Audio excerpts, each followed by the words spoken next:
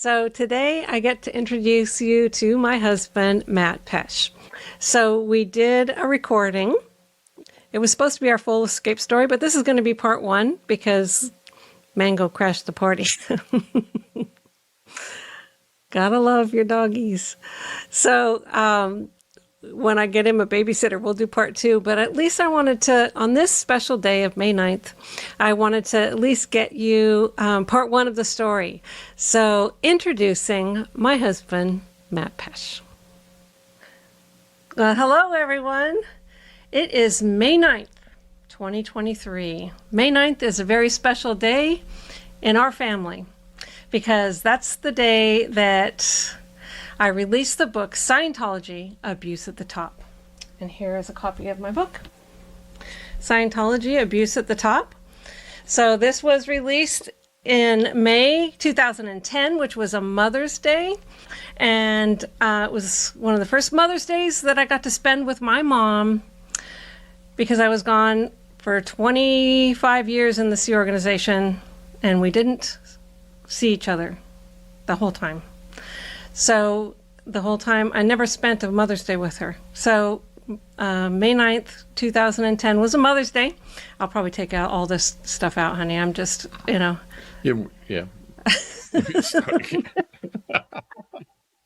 It's okay. You might want to introduce me earlier on, like I'm sitting here like a dummy for like 20 minutes. Oh yeah, May 9th, very special. Shoot. I don't know what the idiot's sitting next to me for.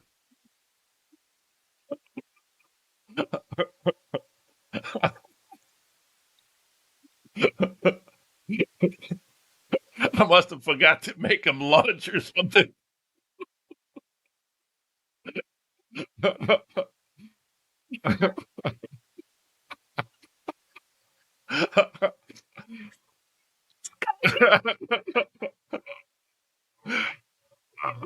So much for today. So, hello, hello, everyone. This is Amy, Scobee, and Matt Pesch coming to you live. No, it's not live. But anyway, it doesn't matter. Okay, here we go. Oh my God. Okay. Let's see. Give me another tissue. I should have the tissue box over here. But anyway, I'll have this one next to me. So I'll plug the book at the end. How's that sound? Sure. Okay.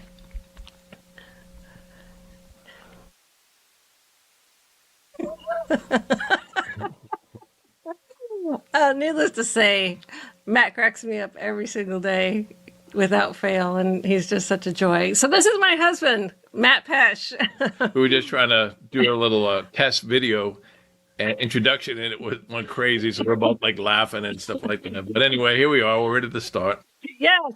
So I wanted to introduce you to my wonderful husband, Matt Pesch, and I want to give you a little bit of our story, like first how we met and how he just thought I was a bombshell of the universe. Actually, we first met in 1983. Yeah, that's right, actually. You were in the RPF, and I was over the RPF running the renovation and construction at the Gold Base in California. Yeah, so it was 1983 in the desert of California, and I was on the rehabilitation project force, one of my many times, and we were just being used as a workforce around the clock. We weren't doing some sort of RPF program. We were just Yeah, and the RPF is the Rehabilitation Project Force, and it's basically a mine correction labor camp, kind of like North Korea kind of camp. You get in there and you're completely controlled and used for labor. And at that time, the RPF was being run 24/7 pretty much. No study time, no anything. It was just pretty much around the clock.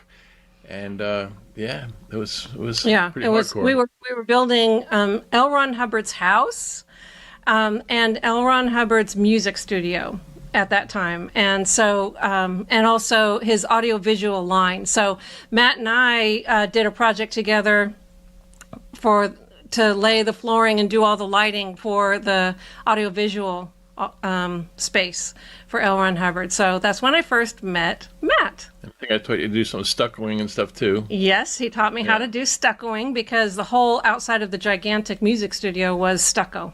So, yeah, and I was a massive part of the work. You know, I was on the workforce, and he was training everybody how to do the work.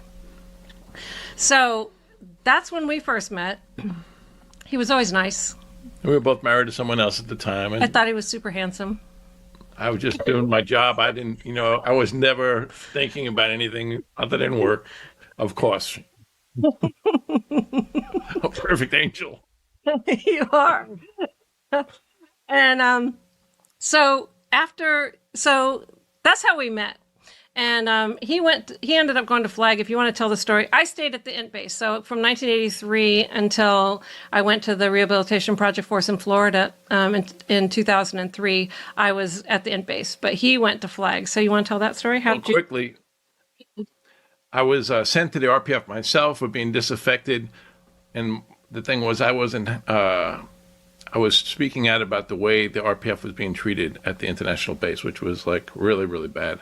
And of course, since I spoke out about it, then that meant that I needed to go to the RPF for speaking out about the RPF. And they said, which RPF do you want to go to? The one in Clearwater or the one in Los Angeles? And I said, well, I'll go to the one in Los Angeles because I was more familiar with Los Angeles at that time. And they said, good, then you're going to Clearwater. Similar thing to me, too. David Miscavige said, do you like California? And I said, yeah. And he goes, good, you're going to the RPF in Florida. So the same thing. Yeah. It's just messing with your mind as much as they can. So that's how that kind of went. And I went off to Clearwater. We did at the Port Harrison Hotel, we did the ballroom. And then they said, okay, listen, we're going to send you back. We're going to send you back to the international base, and you're going to do the job you were doing before, but you're going to do it as an RPFer. And so I went back to the international base. I was running the renovations again. And David Miscavige saw me, and he's like freaked out. What's this guy doing here? He's disaffected. He has to get off the base. So then I got sent to the RPF in Los Angeles. And that's kind of how that thing started out. Mm-hmm. Yes. So there is 25. Were you in the Sea Org for 27 years? Or 27, yeah. 27. I was in for 25. I was in Scientology for 27 years. I was in the Sea Org for 25 years. So there's a lot of story, whatever. There's a lot of history there. History to tell. I worked in Los Angeles for, I guess, about 3 years or so. I worked at the international base for 5 years, and then I worked in Clearwater for the remaining, 19 years, whatever. Mostly I ran renovation and construction work at those bases, but also ran making all the money at Flag, in Clearwater, which makes more money than the rest of Scientology put together.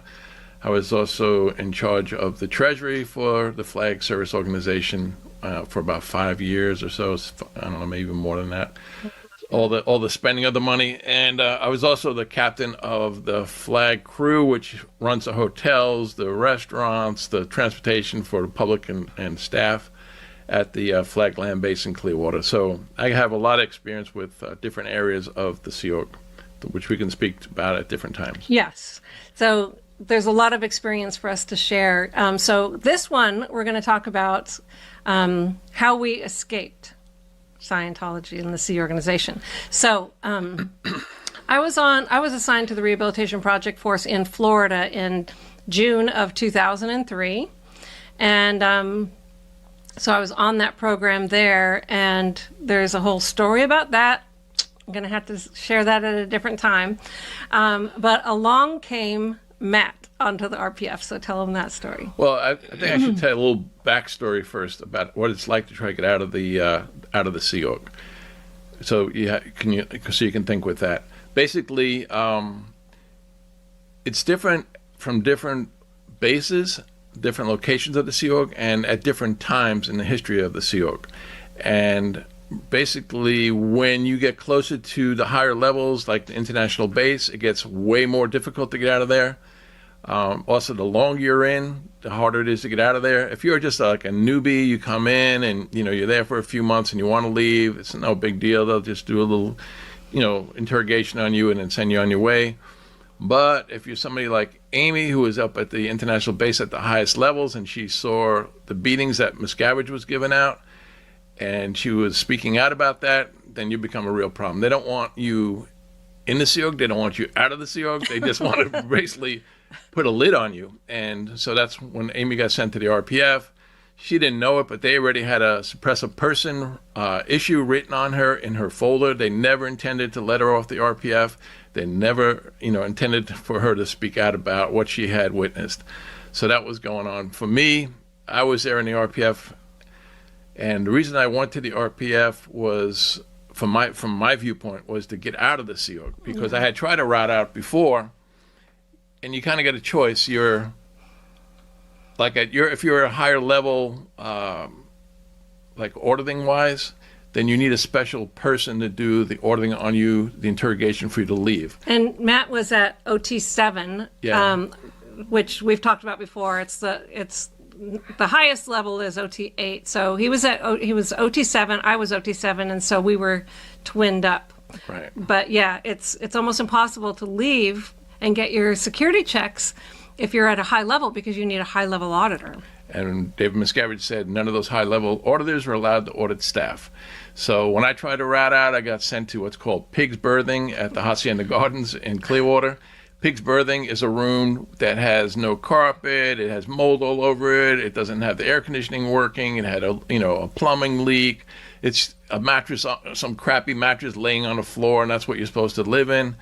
And so you have a choice after a while. You're in there, and you can either go back to work, or you can take off without approval, despite the security guards and the gates and all that kind of stuff. You could get out of there, but what's going to happen is you're going to be declared a suppressive person.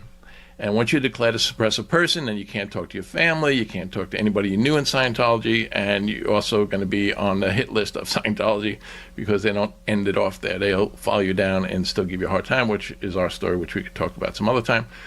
But anyway, so when I had tried to route out, I eventually went back to work, and then here we are a couple of years later, and I see the RPF as a way to get out of the Sea Org, because they have their own lines within the RPF on routing out of the Sea Org. So I thought, okay, good, I'll go in the RPF, I'll get an auditor within the RPF, and I'll route out without getting declared, hopefully, and that's how we wound up in the RPF together. Yes. And so we became twins because we were the same case level, and my twin at the time decided to leave, and so I was twinless, and so Matt became my twin. Or I went to a trio. It was you and Alon Kartazinski were twinned, and then I lost my twin, so then we became a trio.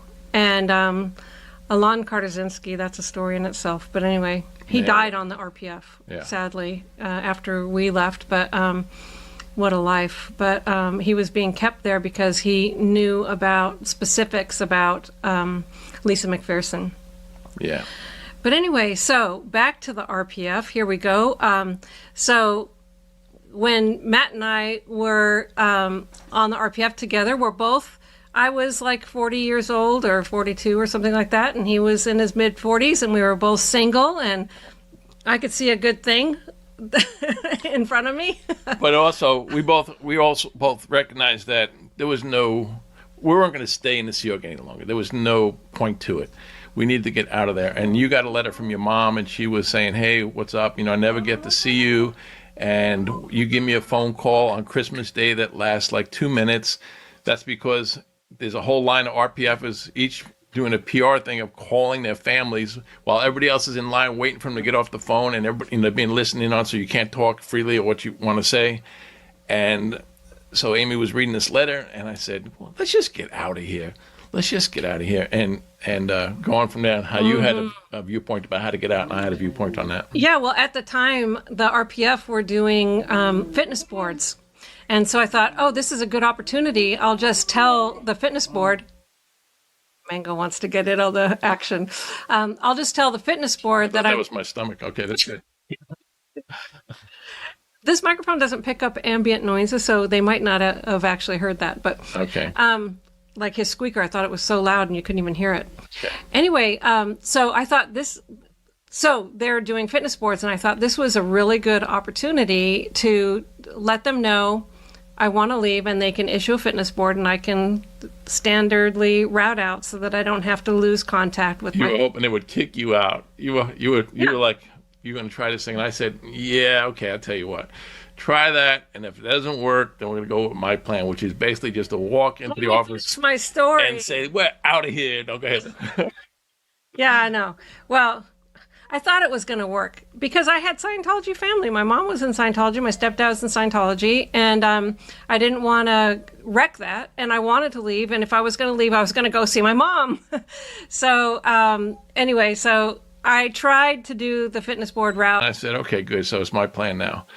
And we're going to walk into the person's office that's over the RPF, and we're just going to tell them we want to leave. But we knew what would happen. They would separate us immediately, try to keep us from talking to each other, tell us, each of us, that the other one wanted to stay, even though it was a lie. You know, they're going to go through that. They're going to try to do everything they can to separate you and silence you. So that's what happened. We got separated. Amy got put in one place under guard. I was under guard in another place. And when I say under guard, we have 24/7, you have somebody watching you. You go into the bathroom, somebody's at the door. I mean, it's at nighttime, you have a guard on you in the room. You have a guard outside the building. You have a security guard separate from that on a bike riding around as a rover inside the hacienda compound. You have somebody at the main gate. You have fence shakers. You touch that fence, it's going to set off lights and alarms. I mean, it's serious. And if you get outside of that, they're going to run you down. If you get out of the state, they're going to still track you down with PIs. I mean, it's like serious security. And so we're under that routine, and they're trying to kind of break us on wanting to leave. Yeah. So good. Yeah. So I didn't know if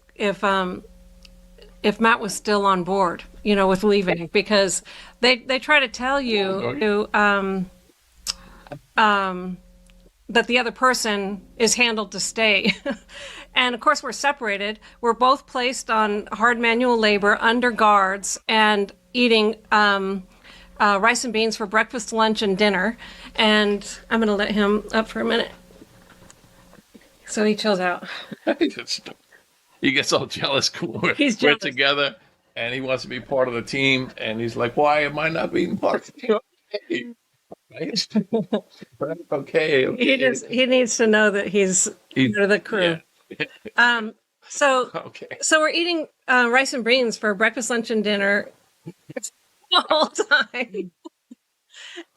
This is the mango show, and I don't know if he is still on board with leaving, because I know he's got family in Scientology. I know that they've got threats over his head about being declared. I know it's hard.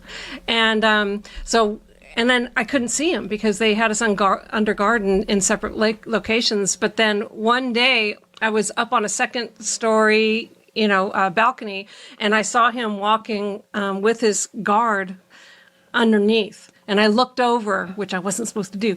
And I looked over, and Matt gave me a thumbs up, and I thought, oh, what a relief. What a relief. So now I knew that he was still on board.